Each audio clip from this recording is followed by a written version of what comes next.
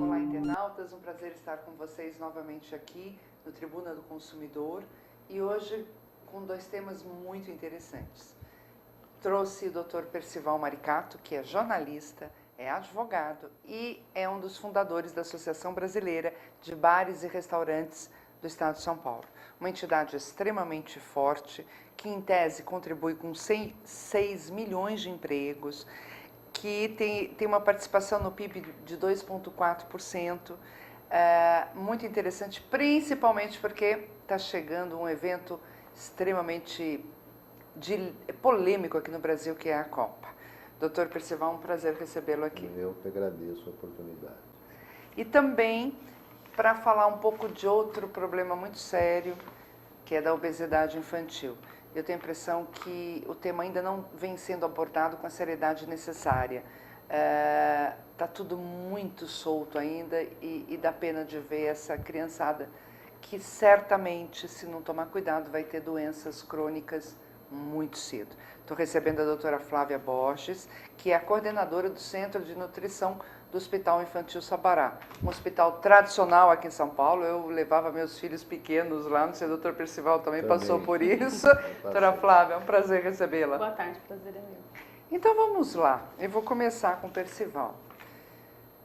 Primeira pergunta, Percival, e depois a gente vai voltar para essa pergunta, mas estamos preparados neste setor, pelo menos, para a Copa?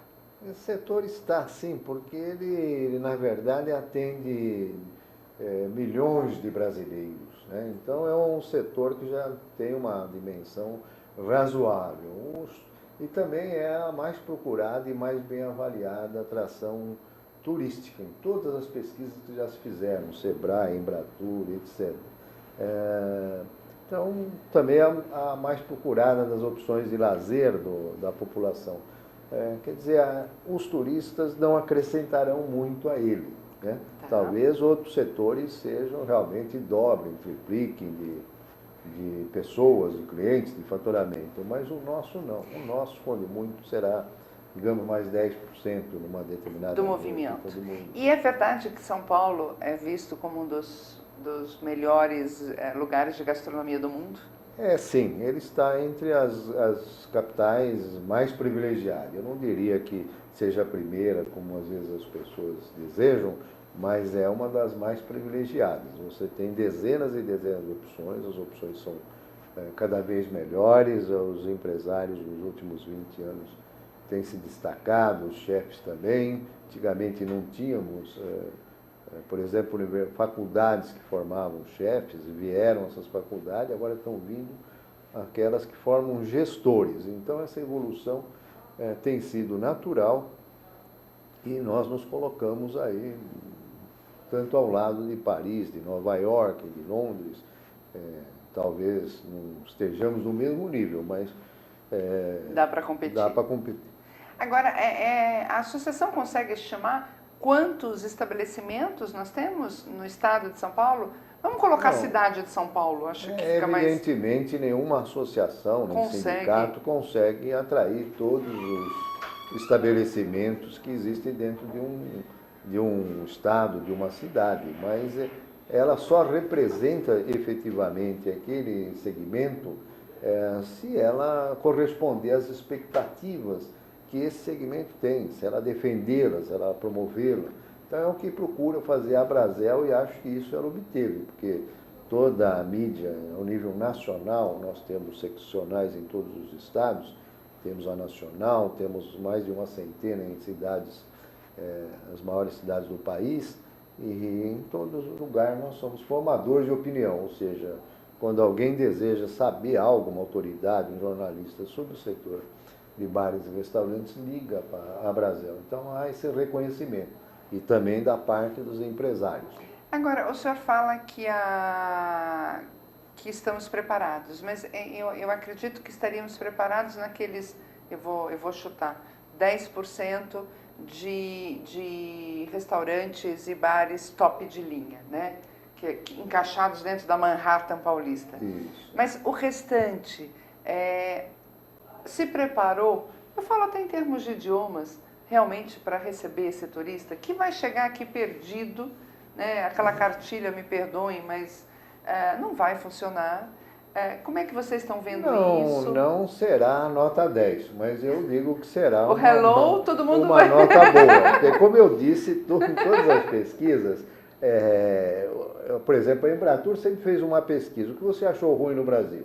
Então, os turistas sempre dizem sujeira, trânsito, segurança, essas coisas todas, né? E isso tem 30 e poucos %. E sempre restaurantes é o último. Geralmente 1 ou 2% acham ruim os restaurantes. O Sebrae fez uma pesquisa. Onde você vai mais, o que mais você aprecia? Turistas domésticos e internacionais. E sempre foi bares e restaurantes, vida noturna e gastronomia, sempre estiveram na ponta. Então eu acredito que nós estamos preparados, evidentemente não será nota 10, mas se tem um lugar onde os turistas poderão ficar à vontade, na noite de São Paulo, né? Apesar dos pesares, porque se deixar os políticos acabam com ela, né? A multa do PSIL, fechamento de bar a 1 hora, proibição de bar perto daqui, perto dali, enfim... Mas essa multa do PSIL funciona mesmo? Funciona. Porque, falando como cidadã, né? A gente só ouve falar, não é, Flávia? Olha, aquela casa fez muito barulho. Isso realmente... milhares de multas, e as multas são de 36 mil atualmente. Opa. Aliás, são multas totalmente desproporcional, porque a maioria dos bares de São Paulo não vale isso. Então é um problema que nós temos, é um problema também que os políticos criam. Por exemplo, eles falaram, bom, agora você não pode... Antigamente você poderia fumar no bar. Depois veio uma lei que se você fizer um fumódromo ou um lugar isolado, o fumante poderia ir no fumódromo, não incomodaria ninguém. Aí veio uma lei que também não pode o fumódromo. Consequentemente, o sujeito quer fumar, vai ter que fumar lá fora. Aí você põe o sujeito para fora para fumar. A porta fica aberta. Não, a porta não precisa ficar aberta. Mesmo que você feche a porta, ele vai conversar lá fora, o fumante vai dar risada, aí aquilo afeta o vizinho. Então o que você faz? Onde é que você põe o fumante? Mata o fumante? Exporta ele para algum lugar e tal? Não dá para saber. É claro que deveria haver um pouco mais de tolerância, sabe? A intolerância, aliás, está havendo, eu me atrevo a dizer, uma criminalização do bar e da bebida pelos setores mais conservadores da sociedade.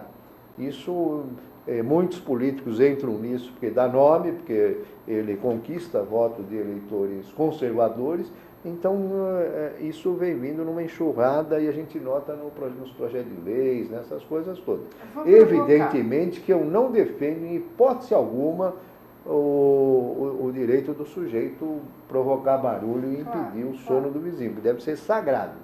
Mas a cidade precisava ajudar a resolver isso, até porque é o setor que mais cria emprego, é o setor que é responsável por 2% do PIB, contribui com enormes taxas de tributação, enfim, é a opção de lazer mais procurada, e se é tudo montado por pequenos empresários, sem ajuda nenhuma do poder público. A cidade tem nisso uma preciosidade. E precisa ajudar a preservar, aperfeiçoar, evitar esses conflitos todos. Mas eu quero provocar. Como advogado, inclusive, a gente observa em outros países do mundo um controle um pouco mais rigoroso com relação a bebidas. E que lá parece que isso acaba refletindo na criminalidade, uma diminuição da criminalidade. Eu fiz uma época muito júri e todos os homicídios eram dentro de bares. Eu estou falando de bares... Não todos, uma parte deles. O resto era na padaria, né? Os que eu fiz, infelizmente, foram em bares. O senhor vê isso, como é que o senhor faria essa comparação? Nos Estados Unidos, 10 horas da noite, você não compra mais bebida alcoólica em supermercado. 2 horas da manhã você está num bar, a bebida é retirada da sua mão, né? O Brasil aceitaria alguma coisa parecida ou o senhor vê o Brasil de uma outra forma? Primeiramente, eu não acho que é assim, né? Eu acho que conforme determinados bares, você pode ir até a hora que você quiser. Aliás, até após as 4 horas. Bares de hotel, por exemplo, uma série de outros. E segundo, eu acho que isto acontece no Brasil, a questão do alcoólatra na direção, por exemplo, por causa dessas mesmas autoridades, desse mesmo poder público. O sujeito, quantas vezes você viu o sujeito, aquele que num determinado posto de gasolina atropelou todo o outro que estava trabalhando, totalmente bêbado, um que arrancou o braço, né? Então você vê essa gente, delinquente sim, fazer isso, dirigir totalmente alcoolizado, sem condição, atropela e não vai preso. Então, isso se repete por anos, anos e anos. É claro que vai criando uma revolta na população e aí aparece o político demagogo que vai querer uma sentença de pena de morte, se precisar, para o sujeito. E a população está tão exasperada que às vezes apoia. Você está vendo isso no caso dos menores. Em vez de recolher esses menores, mantê-los recolhidos e tratá-los... Educar, né? O que você vê é o menor mata e no outro dia está na rua. Aí aparece alguém pedindo pena de morte para o menor ou prisão para o menor e você vê que tem receptividade. Por quê? Porque a população fica realmente exasperada. Então nós temos essa contradição. Ninguém faz nada. Aí quando faz... exagera. Então, qualquer sujeito que come um bombonzinho de licor, hoje em dia pode virar delinquente. Mais de 100 milhões de brasileiros, a maioria dos ministros do Supremo, eu disse isso até em defesa oral no Supremo, a maioria dos ministros pode se considerar delinquente, se de fato a lei seca se aplica, é correta. Eles só não serão presos e processados porque eles beberam, porque a lei não retroage.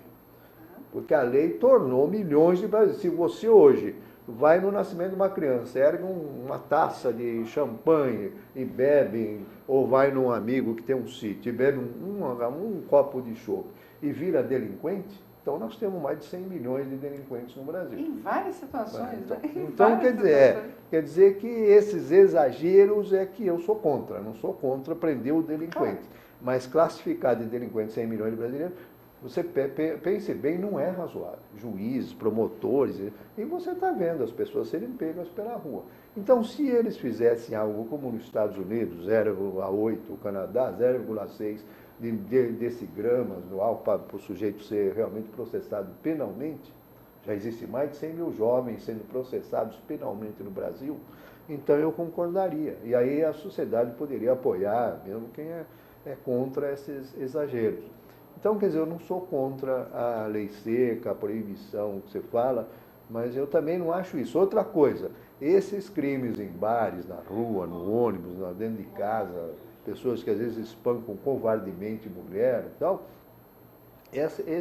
essas arruaças de torcida organizada, essas pessoas que saem na rua e ficam quebrando o metrô, essas coisas, eu acho que é um problema de educação. Essas pessoas estão próximas ainda do estado animal, entendeu? E são embrutecidas muitas vezes pelas condições de vida, pelas diferenças sociais, pelo fato de serem às vezes oprimidas, exploradas, de não terem tido oportunidade também. Não digo que a sociedade vai perdoá-las porque não tiveram oportunidade de estudar, e muitos tiveram. Mas eu acho que a sociedade tem que ser compreendida nessa sua complexidade. Sim. O cara não mata lá porque ele está no bar, ou porque às vezes nem porque ele bebeu. Lá atrás tem uma opção de coisa. A bebida apenas solta né? Ela só libera o sujeito da repressão. Do que ele já tem, né? Que ele dá consciência da possibilidade dele ser reprimido depois, pagar o pato, pagar pelo crime. E aí, aliás, eu tenho uma ideia, os políticos deviam votar isso, esses arruaceiros. O cara, quando vai preso, uma vez por ano, pelo menos, deviam ir lá televisionar ele lá dentro, preso, amarelando, para as pessoas terem, porque senão a pessoa pensa, vai preso, depois esquece. E não acontece nada, né? Então, para que ele servisse de exemplo. Vou continuar provocando, aproveitando sua sabedoria, seu conhecimento. Eu estou achando ótimo, porque eu mostro como certas coisas que os jornais passam sendo pacíficas, Sim. não são tão pacíficas. Né? Recentemente eu entrevistei o Tércio Sampaio Ferraz e ele colocou assim: Rosana, nos meus 80 anos eu chego a uma conclusão. Venho confirmar o que eu sempre vi, mas difícil acreditar nisso. Mas o espírito da lei nunca entrou no brasileiro. O brasileiro é um cidadão, é um ser humano que não aceita a ordem. Tanto que, publicada uma lei, horas depois já temos as burlas da lei. Como é que o senhor vê isso? Porque a gente percebe esta coisa do brasileiro de que para os outros tudo, para mim não, né?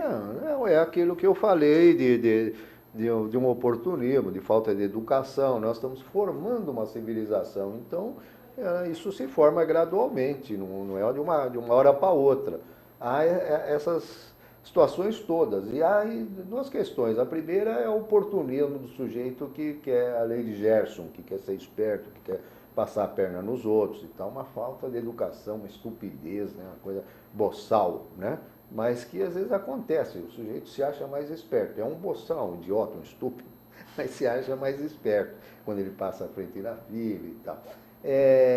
Então, tem essa esperteza que eu detesto. Mas a outra que você falou da ordem, aí eu não sei não. Porque exatamente o que eu estou falando desses políticos mais conservadores, dessas ondas, dessas igrejas e tal, é que elas querem ordem para tudo. O que elas podem é formar uma sociedade absolutamente ordenada, tediosa, onde tudo tem que ser... E o ser humano não suporta isso, porque o ser humano não é só racionalidade, organização, prudência, não é só Apolo, né? O ser humano é também Dionísio, ele quer se divertir, ele quer se apaixonar, ele tem sensibilidade, ele tem outros instintos, ele tem outras coisas que não são apenas aquela questão da ordem. Então, muitas vezes, a bebida, inclusive, essas coisas, o cara quer escapar daquela prisão que querem colocar sobre ele, sem que ele possa ter um momento de lazer, um momento de relaxamento, de descontração. As pessoas vão em bares, inclusive, não vão para beber, como dizem esses babacas aí, alguns. Cara, elas vão para se divertir, para ter sociabilidade, para namorar, para viver, enfim. Porque você não vive, no seu trabalho você vive, até você vive, mas lá você tem que ficar sentado numa escrivaninha ou em frente a uma máquina fazendo um negócio repetitivo. Quando chega de noite, meu Deus do céu, a pessoa quer se divertir. Não pode proibi-la de criminalizar o bar, que é o principal templo para essa finalidade, entendeu? E as mães precisam tomar cuidado também, porque às vezes elas têm esse medo, apoiam essa gente toda, achando que é o bar, é a discoteca, que o filho leva o filho para o mal. E não é nada disso. Os filhos são diferentes dos velhos, eles querem se divertir, eles querem relações amorosas, afetivas, sexuais, enfim, são coisas que decorrem na natureza do ser humano. Mas que se essa gente pudesse, enquadrava tudo. Proíbe sexo antes do casamento, proíbe o cara sair na rua após as 10 horas da noite. Como se fosse resolver alguma coisa. Como se fosse resolver. E aí você tem, evidentemente, então, a desobediência a essa ordem. Sim. Né? Sim, É só abrir Dionísio e Apolo na internet, que você vai entender tudo. Essa briga começou 3.000 anos antes de Cristo. Sim. Você já encontra referências na Suméria, tá? Não tinha Apolo e Dionísio, foi a invenção dos gregos. Mas a briga, bebe muito, já existia nos assírios, babilônicos, egípcios. Mas a gente tem que lidar com algumas situações que estão ocorrendo. Nessas festas fechadas, que não acontecem em bares, mas nessas casas que fecham, né, eventos, a gente tem denúncia, tem notícia de que adolescentes, desde os 13 anos, já estão bebendo. Aí eu perguntaria para a Flávia e já volto com o Percival. Essa introdução tão precoce do álcool no adolescente pode causar o quê? Além dos problemas da saúde, pode causar uma série de outras coisas que até a gente falou aqui. Inclusive, a gente pode abordar... na verdade, o consumo de álcool pode ser a porta de entrada até mesmo para drogas no futuro, né? É uma das coisas. Mas em relação à saúde, ele pode vir a ter alguns problemas, como, por exemplo, cirrose, prejuízos ao fígado, né? Que é o fígado que vai metabolizar todo esse álcool. E isso, logo nessa faixa etária, pode piorar aí na idade adulta, se ele não vier a tratar, se ele não tiver um equilíbrio, né, nesse consumo dessa bebida alcoólica. Na verdade, Percival, a sensação que a gente tem é que falta uma vigilância, não essa vigilância ridícula e hipócrita, mas está faltando alguma coisa para não deixar que tudo Eu tenho conversado com muitos jovens, muitas meninas, que falam assim, a gente bebe porque senão a gente vai ser excluído. 13 anos. Eu não acho isso, então, não.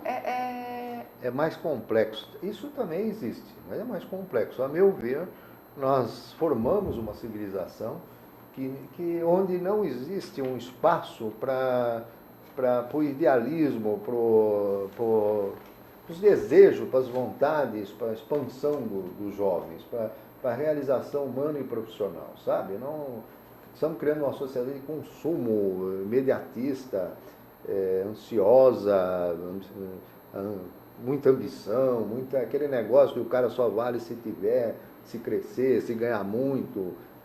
Enfim, é uma sociedade cujos valores não vale a pena você acreditar ou seguir. E os jovens sentem isso. Então, até ele se enquadrar meio na marra, então, tem esse período que eu acho que eles resolvem apelar para situações, para drogas, para bebida e tal, de tal modo a se livrar dessas amarras todas, desses condicionamentos morais, desses valores que tem que impingir a ele. Acho isso. Agora, concordo com a doutora Flávia, que é preciso tomar muito cuidado e que os pais têm que, então, tentar se mexer nesse mundo todo e dizer a esse jovem das limitações da sociedade, então, e para eles atirarem esse idealismo todo, como fiz na minha geração, na minha geração de 68, entendeu? Como nós fizemos, nós nos atiramos contra a ditadura, contra aquela rigidez, contra aquele sujeito que queria dizer como é que você deve pensar. E foi tão entendeu? bonito esse movimento agora então, em junho passado. Pois é. Está passando um drop na internet. A Flávia não vai entender, mas o Percival vai. E é assim, antigamente eu podia... Não, como é que é? Antigamente eu podia fumar, antigamente eu podia guiar carro conversível a 200 por hora, antigamente eu podia beber dentro do restaurante, antigamente eu podia isso e vai. Enumera um monte de eu podia. Mas eu não podia falar mal do presidente. Hoje, eu posso falar mal do presidente, mas eu não posso fazer mais nada daquilo que nós vivemos, né? Então, eu acho que nossa época foi muito mais romântica, não era, Percival? Foi. A gente se atirava contra aquele monstro, porque aquilo ali era o Estado, eram os militares, era a polícia, e os estudantes, então, eles preencheram essas aspirações. Eles foram, alguns morreram. A vida tinha sentido, né? Eles sentiam, tinha sentido você morrer aos 20 anos. Entendeu? Por quê? Porque eu não aceito esse tipo de imposição. Eu não aceito que alguém vá dizer como eu penso, onde eu devo votar, ou até me impedir de votar, que é o que eles faziam, né? Tomaram o poder de um governo eleito e ainda vinham com uma tremenda demagogia, Brasil ame ou deixe, coisa desse tipo. Como se fazer uma crítica política era não amar o Brasil, quando era o contrário. As pessoas que lutaram porque amavam o Brasil e amavam outras aspirações. Pode até se dizer que estava errado, que tinha muitos que queriam outro regime autoritário. Não, eu não diria que estava errado. Mas não deixava de ser por acreditar que seria ideal. Melhor. Pode ser que virou errado, né? Mas que aquele momento então, foi certo. Agora, a juventude de hoje não tem essa alternativa. E eu fiquei ao tão que ela vai dedicar o seu ideal, suas aspirações maiores? Onde ela vai se atirar? E eu fiquei tão esperançosa em junho, vendo aquele movimento de rua. Eu fui para a rua, fui com os meus filhos. Pois é, né? Então. E cadê vocês, estudantes, não é, Percival? Voltem. Até porque me parece que vai sair a lei, né? Antiterrorista, preocupante na sua amplitude que querem dar, né? Para conter meia dúzia de fanfarrões, não é? Mas enfim, vamos ver o que vai acontecer. Flávia, é verdade que a obesidade é uma das doenças mais preocupantes do século XXI. Sim, com certeza. A estimativa é que 1/3 da população brasileira já tem ultrapassado...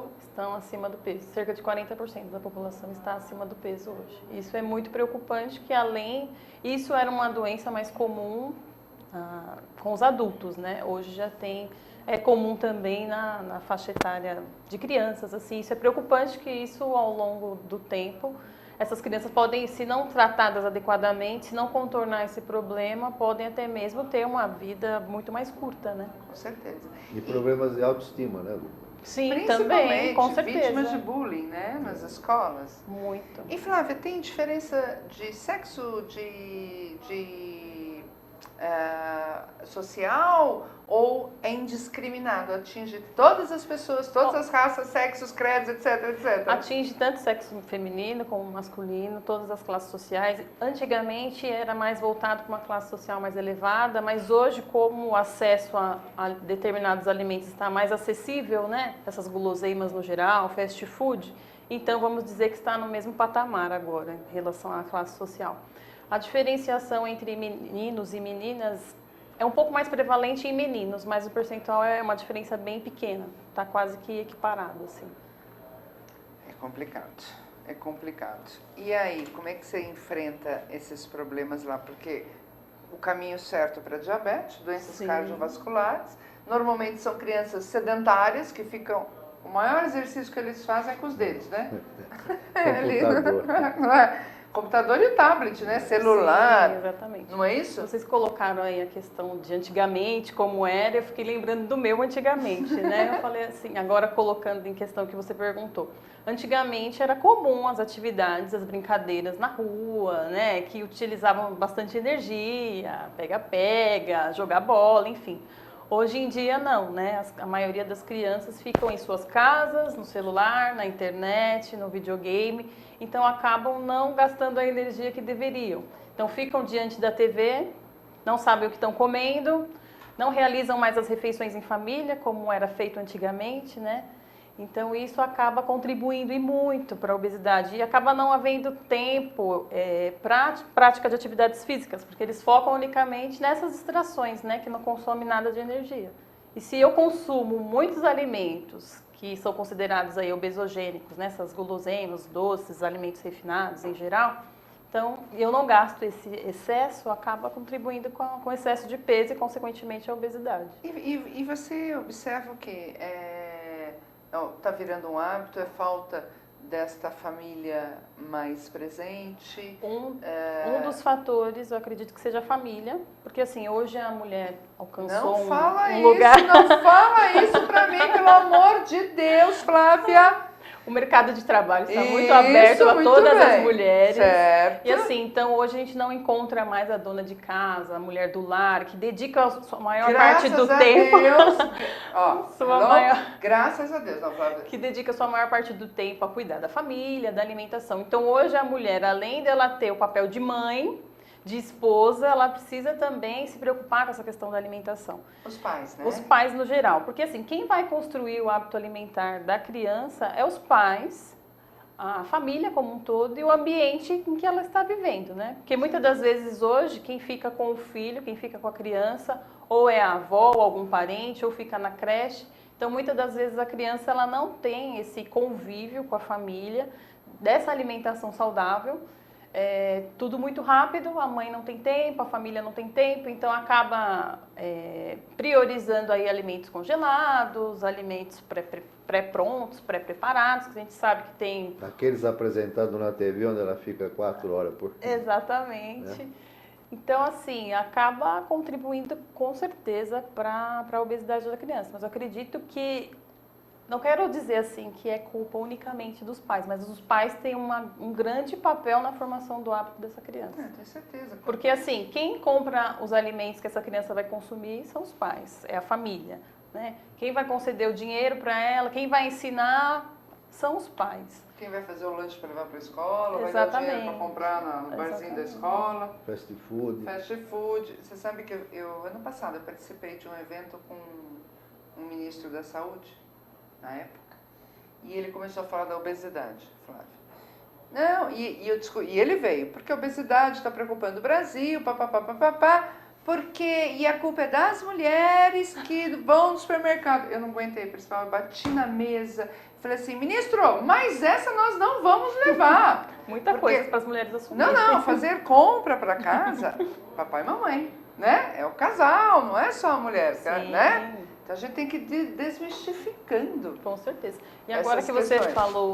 falou isso, um dos fatores que auxiliaria, de repente, a criança ter um hábito melhor também é que os pais a levassem ao supermercado, que eles acompanhassem a compra desses alimentos e que priorizassem aí os alimentos mais saudáveis, que infelizmente não têm sido incluídos aí na refeição dessas crianças, que são as verduras, os legumes em geral, né?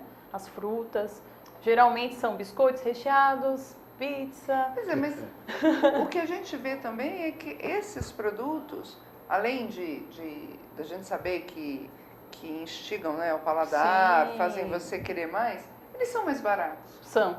Né? A alimentação saudável é cara, Percival. Mas está havendo uma reação. Eu acho isso, pelo menos, inclusive esses fast foods nos diversos países, no Brasil, eles estão preocupados já. Então, o que eu acho fundamental é que a sociedade, mais uma vez, a questão da educação, da informação, a sociedade se preocupe com essa informação, que faz com que a família, então, vai escolher entre fast food ou entre restaurantes, aqueles que são mais saudáveis, aqueles que... Então, há essa preocupação. Você vê, por exemplo, na propaganda e tal, que eles não são mais, não se faz a propaganda mais do hambúrguer como era antes. Sempre há uma preocupação com Então, mas uma das grau perguntas de que eu ia... gordura e tal, essas coisas. Mas uma das Esperemos que perguntas- isso continue. Eu concordo com você. Na TV as propagandas mudaram, mas nas redes sociais, que é onde a criança fica muito mais do que na TV, essas propagandas ricas de gordura, de Sim. carboidrato, elas continuam. Percival. Bom, eu não frequento muito redes sociais. Esse outro devido à mundo, minha idade. esse outro mundo. De vez em quando faço alguma incursão, mas eu não sabia disso. Então eu acho lamentável, né? Dentro da Abrazel, nós temos uma preocupação de passar informações nesse sentido para os proprietários, fazer cursos, fazer artigos da nossa revista de bares e restaurantes e tal, sempre informando da obrigação deles, não é? Sim. Uma questão é um direito do cliente e uma obrigação do empresário, que é um formador de opinião, que vai oferecer o produto, de pensar sempre nessa questão de saúde, né? Para não chegarmos, inclusive, aos Estados Unidos, porque a despreocupação levou à situação em que lá é 2, 3 vezes mais o número Sim, lá é bem maior. de obesos, né, na sociedade. O cara come aquele pãozão com Lá é tudo big, né? aquela coisinha Tudo... no tamanho meio, é bem né? maior, tem E uma refil, folhinha enfim. de alface. É. Às vezes o produto natural está ali na folhinha de alface. Né? Então, Eu acho assim, independente que houve uma mudança e hoje existem opções mais saudáveis, sim, que antigamente não haviam. Existem opções de restaurantes mais saudáveis, de uma alimentação como um todo mais saudável, mas a publicidade, assim, é muito mais forte em relação aos alimentos não saudáveis, né? Então, se a gente for olhar aí as propagandas em geral, você não vê fazer propaganda de saladas, de verduras, Não, é muito de pouco. alface, não tem. Né? Só aquela propaganda que tinha de um determinado produto que a criança falava que queria brócolis, que queria brócolis. É verdade, Mas isso é é verdade. 1 em 1 milhão. É verdade. Então as crianças passam o tempo inteiro nas redes sociais, na internet, em frente à TV, então recebendo aquela informação constante que se deve comer tal e tais alimentos. E são alimentos Tem que uma não caixinha contribuem bonita. para a alimentação dela, né? Não é fácil não, não é fácil Tem muita não. coisa para melhorar ainda Agora, nesse sentido. Para a gente esclarecer o internauta, o conceito de obesidade hoje é qual? Porque vai mudando também, né? Eu vi que pressão alta já diminuiu, quer dizer, tem mais gente com pressão alta agora do que antes, porque eles vão diminuindo os índices, né? Colesterol também já diminuiu, a pressão em cima da gente é enorme, né, Percival? Obesidade, qual que é o conceito e a partir de que momento aquela mãe deve começar a se preocupar? Em relação a crianças, existe algumas ferramentas que tanto o pediatra como o nutricionista utiliza, que seria o peso adequado para a altura, o peso adequado para a idade. Aí tem curvas específicas que a gente faz o cálculo para verificar se a criança está dentro daquele patamar, né? Aí, de acordo com as informações ali, que seria o IMC, né, o Índice de Massa Corpórea, que é calculado pela altura ao quadrado dividido pelo peso. A partir do resultado desses valores, a gente consegue ter, a grosso modo, o que seria a obesidade, que seria, eu estou falando mais na questão de adultos, porque o IMC, o Índice de Massa Corpórea Infantil, é baseado nessas curvas, né? Então teria que ter um acompanhamento com o pediatra, com a nutricionista, para que a mãe pudesse perceber.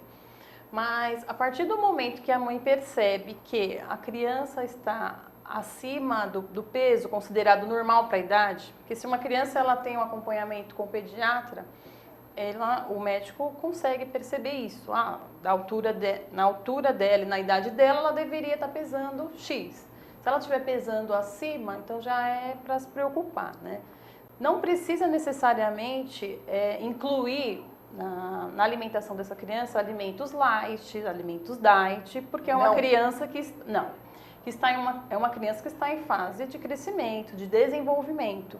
Eu posso equilibrar a alimentação dessa criança fazendo algumas substituições, por exemplo.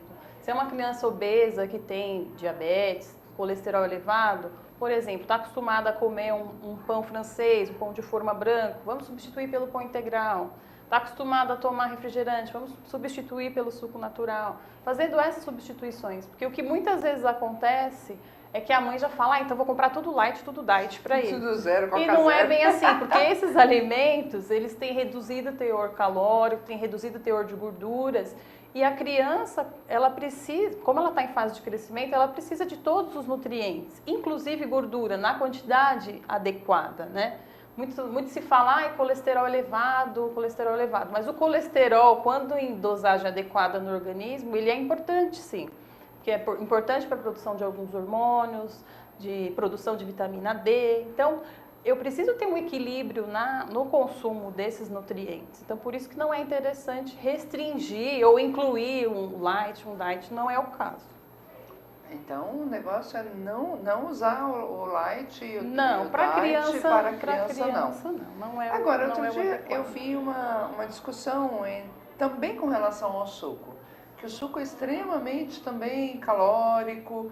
É que assim, na verdade, tudo é calórico. Respirou, tirando o ar. Em comparação ao refrigerante ou suco, logicamente se for natural, não adoçado com açúcar, né? Com açúcar da própria fruta, é bem menos calórico, né? Mas o ideal seria não utilizar muitos líquidos às refeições, por exemplo. Por quê? Quando a criança ela está realizando a sua refeição e ela toma algum líquido junto, isso acaba distendendo o abdômen dela, acaba aumentando o tamanho do estômago dela, aumentando, digamos assim, a criança ela tem um estômago menor que nós adultos, né? Ele tem uma capacidade. Se eu tomo muito líquido, ele acaba não conseguindo comer muita comida, não comendo muito o que deveria, né? Então, o ideal seria reduzir também o volume de líquidos, né? E se for para optar por algum tipo de bebida, que seja o suco de fruta natural. Feito na hora? Feito na hora, de preferência. De preferência, não sim. Esses embalados? Não. O ideal seria o de fruta. E também para a criança, a cada 3 horas é recomendável também comer alguma coisa? Sim, o ideal seria a cada 3 horas, né? Faz as refeições principais e nos intervalos algum lanche, né? Para que isso? Porque se eu como de 3 em 3 horas, se eu fico muito tempo sem comer, se eu dou pausa muito grande de uma refeição para outra, nessa próxima refeição eu vou comer dobrado, né? Vou comer muito mais. E o meu organismo, se ele fica muito tempo, o organismo da criança, se ele fica muito tempo sem receber alimento, ele entende que ele vai passar por algum processo de privação. Então ele começa a reservar energia. Pensa assim, poxa, ela demorou muito tempo para fazer essa refeição. Se ela demorar de novo, então é preocupante, eu vou ter que fazer alguma coisa. Ele começa a reservar energia. E essa energia que ele reserva é em forma de gordura. Então, o ideal é que você faça de 3 em 3 horas para que não haja esse tempo do seu organismo armazenar essa energia desnecessária. Agora, não é uma refeição, né, nos intervalos? Não é uma refeição. Aí também não adianta, né? Então, seria assim, tomou o café da manhã, que é uma das refeições mais importantes do dia, né? Precisa ser um café da manhã completo, porque independente que a criança esteve dormindo ou o adulto, o nosso organismo continuou a funcionar. Ele teve as suas funções fisiológicas, o coração continua a bater, enfim, formou-se células e você precisa repor isso. Então, pela manhã, precisa haver o café da manhã. De preferência, um grupo de cereais, que seriam os carboidratos, um pão, um cereal, pode ser pão, pode ser granola, pode ser biscoito, uma torrada, um derivado do leite, por conta do desenvolvimento da criança, da formação óssea, pode ser o leite, um iogurte, um queijo branco, e um tipo de fruta também, que seriam as vitaminas e os minerais. Tá. Então, o café completo seria esse. Certas frutas antes das outras, é isso? Não entendi. Tem diferença entre as frutas também, algumas são mais calóricas. Sim, sim. Por exemplo, o abacate é o campeão de calorias, se a gente for minha mãe comparar fez com comer as outras. tanto abacate. Sim, é muito mais calórico. E abacaxi, ao contrário, não é isso? O abacaxi, ele não é muito calórico e ajuda também na digestão. Na digestão. Sim. Eu ouvi outro dia que muita gente está trocando o pão pela tapioca, Sim. para eliminar o glúten de vez. Qual é o papel do glúten na alimentação? O glúten, na verdade, é uma proteína do trigo, presente na cevada, na aveia, na farinha de trigo. Então, ele necessariamente não faz nenhum mal na saúde e não é nenhum vilão, a não ser para aquelas pessoas celíacas, né? Que não possuem uma enzima para digerir esse glúten. Para essas pessoas, teria que restringir. Mas para as pessoas que não têm esse problema de saúde, não existe por que restringir, de forma alguma, mesmo porque ele não tem nenhum efeito maléfico, né, para a saúde. Me conta uma coisa, comida de hospital melhorou? Porque houve uma época, alguns anos atrás, era um horror, não era, Percival?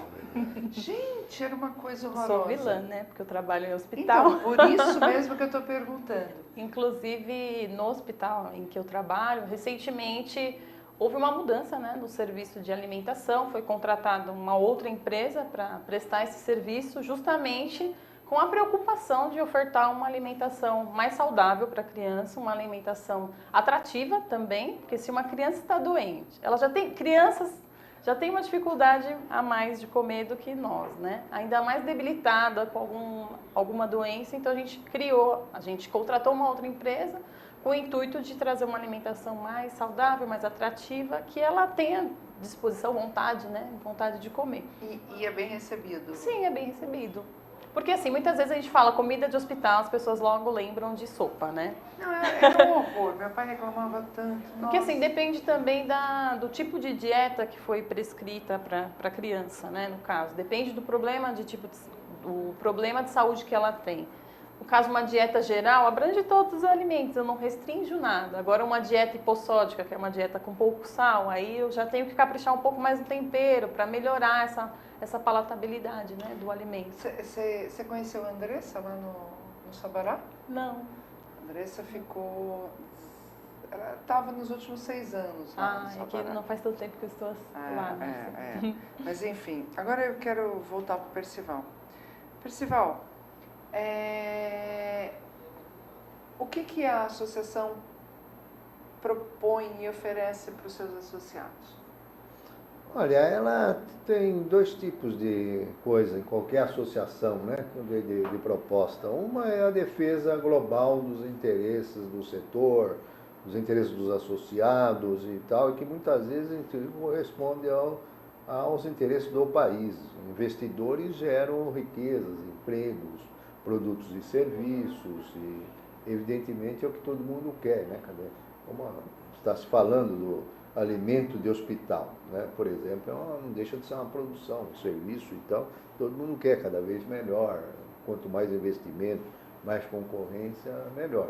Então, é esse aspecto geral em que ela luta contra os exageros, abusos de muitas legislações onerosas, restritivas, contra, enfim, para defender a imagem dos empresários em geral, seus direitos. E a outra são alguns serviços, como orientação jurídica, como informação sobre preços no mercado, compras coletivas, enfim, serviços que o proprietário precisa no dia a dia e muitas vezes tem dificuldade de acesso. Com certeza. E isso uma associação tem. Então são 2 coisas. Geralmente o sujeito menos politizado, ele acaba gostando mais dos serviços, né? Ele é mais imediatista. Os empresários um pouco mais que querem crescer, que crescem mais rapidamente e tal, eles querem de fato que a associação também tenha essa dimensão institucional. Porque muitos dos problemas acontecem lá de fora. Não adianta nada você estar trabalhando lá dentro do estabelecimento como um louco, pondo a família toda para trabalhar, Se lá fora o governo está aumentando a carga tributária, a Justiça do Trabalho está dificultando cada vez mais a atividade do empresário e criando súmulas que o que podia não pode mais e o que estava valendo não vale, insegurança jurídica, que é uma palavra importante, né, no contexto nacional, uma das piores entraves ao desenvolvimento nacional, a produção de riqueza, que é fundamental para a distribuição, é o empresariado ter um mínimo de segurança jurídica, não ser surpreendido toda hora por legislações como essa do cigarro, da lei seca, do não sei o quê. Isso tem que vir, você quer ao debate, tem que vir, né, com adequações, com debates, com possibilidades de harmonizações já com interesses adquiridos e tal, ou então com gradações, você vai aos poucos para uma outra realidade. Agora, essas coisas não acontecem no Brasil, e é um dos problemas que impedem o nosso pleno desenvolvimento. Infelizmente. Dentro lá da associação, você observa um crescimento da atuação da mulher nesse setor de vocês? Sem dúvida, sem dúvida. Eu, inclusive, até pela idade, eu tenho uma certa experiência nisso. Nós não tínhamos antigamente empresárias mulheres, era muito raro. Hoje em dia elas são tão comuns como os homens, né? Uma pesquisa da Associação Comercial, se não me engano, mostrou que em alguns setores já tem mais mulheres do que homens como empresários. Alguém falou que isso é porque, como os homens já faliram ou estão com o nome no Serasa e tal, muitos deles usam o nome de mulheres e tal. Então, pode ser que sim, pode ser que não. Mas o fato é que nós temos mulheres, inclusive garçonete, barman, barwoman, em áreas onde só tinha mulher, hoje homens, hoje tem mulher. E na diretoria da associação tem mulher? Tem mulher, tem... não é a mesma quantidade, mas tem. Tem alguns lugares da Brasel, por exemplo, seccionais, em que tem mulheres de presidente. Então elas estão no mesmo nível praticamente. Talvez 4/6 aí a divisão. Tá bom demais. Na advocacia está quase meio a meio, mas na advocacia, algumas escolas já tem um número até superior. Na própria UAB, Percival, já temos mais estagiárias do que estagiários, são 63%.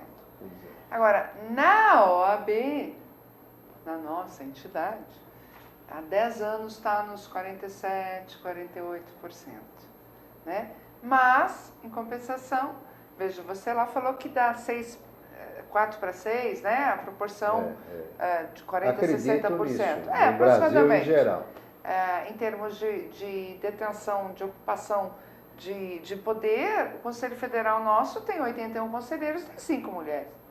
Pois é, por isso que eu falei, tem postos que a mulher ainda está conquistando, está lutando.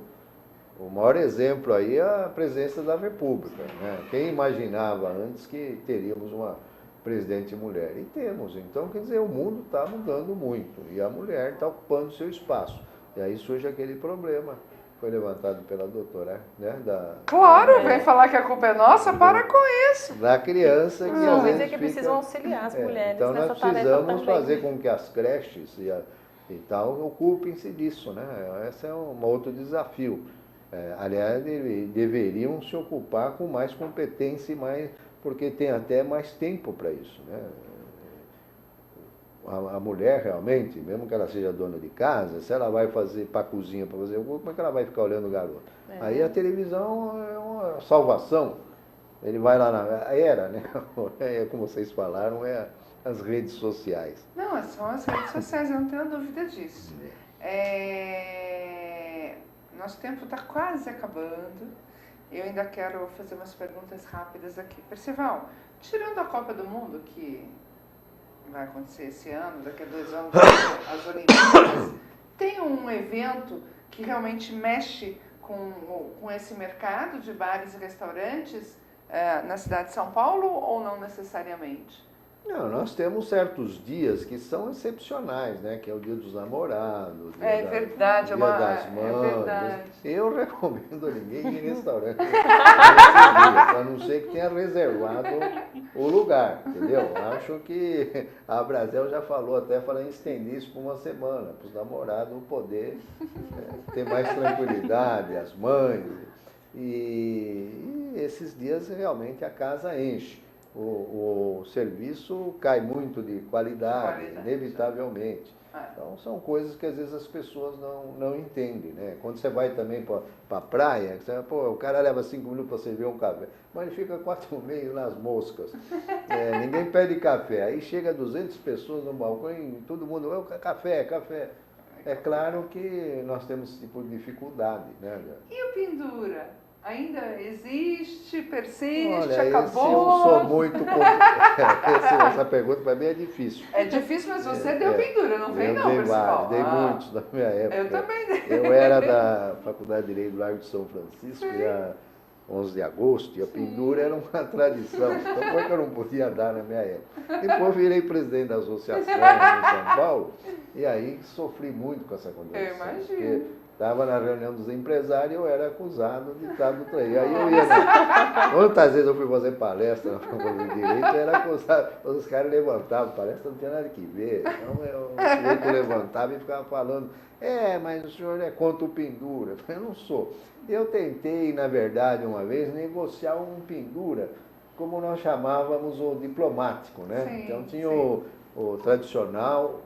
Tinha o diplomático e tinha o selvagem. Então, eram aquelas coisas todas. E o diplomático a gente ligava para o estabelecimento e pedia para o sujeito reservar lá uma coisa para comemorar 11 de agosto e tal, para fornecer aos estudantes umas refeições. E isso aí eu fiz muitas vezes e era muito bem visto, às vezes pelos empresários. Eles penduravam na porta, o grande problema agora é que tem muitos estudantes, muitos também, então você não tem controle sobre tudo isso. E aí surgem abusos e os proprietários não tem mais aquele clima que São Paulo tinha, né? Um clima fechado, intimista. Quando São Paulo tinha 1 milhão de habitantes. Percival, 10, 12 milhões. Nós temos uma universidade aqui em São Paulo que só no direito tem 11 mil alunos. Pois é. Então você imagina 11 mil 11 de mil uma comendo faculdade. De graça uma semana inteira, porque também ninguém quer começar no 11. Não, porque ficou 11 de agosto, 22 de agosto, o pessoal foi cada dia uma faculdade, hoje né? Tem dezenas de faculdades de direito, acredito que tenha mais de 100 mil alunos, então o pendura foi impraticável. Mas foi uma boa época, né? Foi uma boa época. Boa época, muitas saudades das nossas arcadas, não é? Eu vou passar a palavra para cada um dar a sua mensagem, um recado dentro do seu setor para os seus internautas e depois eu retomo a palavra.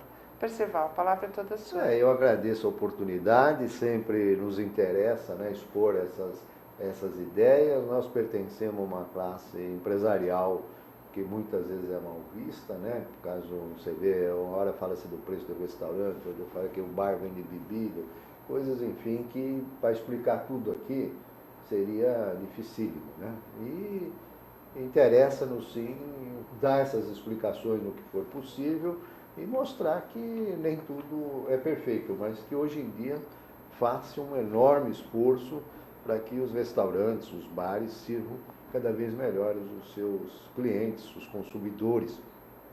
E eles são notáveis também por causa dessa questão do serviço prestado ao turista. Como eu falei, a mais procurada e mais bem avaliada, tanto pelos domésticos como pelos internacionais. São opções de lazer saudáveis para o jovem, não precisa ficar fechado num lugar, nessas festas de casa fechada, lá a porta está aberta, todo mundo entra, fiscal, mãe, o pai, ou quem quiser. E eu acredito que eles deveriam ser mais prestigiados pelos políticos. Também acho. Quem quiser, www.abrazelsp.com.br ou www.revistabareserestaurantes.com.br, que deve ter dicas muito legais. Muito prazer recebê-lo aqui, Percival. Eu que agradeço. Flávia, sua mensagem para os pais, né, eu agradeço, das nossas crianças. Eu agradeço a oportunidade que me foi concedida. Eu espero que, de tudo que a gente falou aqui, que a família como um todo possa auxiliar essas crianças, né, principalmente aquelas que já se encontram obesas. É necessário que a família adote todo um estilo de vida diferenciado, mais saudável até mesmo, para ajudar essa criança a ter um quadro mais saudável e não ter riscos aí no futuro. Independente que nós colocamos aqui que a mulher não tem tempo, enfim, que a família como um todo auxilie, que os pais também nessa tarefa, que não é só da mulher, não é unicamente dela, que possa incluir aí os alimentos que devem ser incluídos, as frutas, as verduras, os legumes em geral. O segredo está no equilíbrio. Não é que deve se restringir tudo, a criança não pode comer, poxa, nenhum doce nunca na vida, não pode ir no fast food? Pode. Mas tudo que é em excesso acaba trazendo prejuízos, né? Então que a família aí adote de repente uma data, uma vez, um final de semana por mês, de repente para ir no fast food, não há problema nenhum. Mas ao longo da semana que todos da família adotem um hábito mais saudável para incentivar as crianças e todos no geral, né, a ter uma qualidade de vida melhor. Muito obrigada, Imagina, Flávia. eu que agradeço. Bom, quem ainda está querendo se atualizar rapidamente para a Copa, tiver alguma dúvida, for dono de um estabelecimento, eu tenho certeza que a Brasel pode ajudá-los nesse momento. Tem muita gente torcendo, ganha, não ganha. Tem gente que não sabe ainda para que lado vai ficar nesta Copa, né? Por causa das consequências do resultado da Copa, né, principal. Mas, enfim, a Brasel se coloca à disposição de quem for do setor. Papai e mamãe, principalmente se você tiver problema já de colesterol, de diabetes na família, dá uma olhada nos seus genes e cuida, porque a criança cresce num instante e aí depois que ela começar a tomar remédio para colesterol, para pressão alta, meu filhinho, não, é aquele filhinho que ficou sentado na televisão, que ficou comendo o que dava. Então, acho que assim, que chato, vai ter que. Para o nosso Brasil, melhor. E vamos começar com a gente, né? Eu acho que numa educação é só o exemplo. Então, não adianta você falar para o filho comer verdura, não é, Flávia? Se você não comer verdura, né? Então, boa semana, até semana que vem e a gente volta a nos encontrar. Até mais.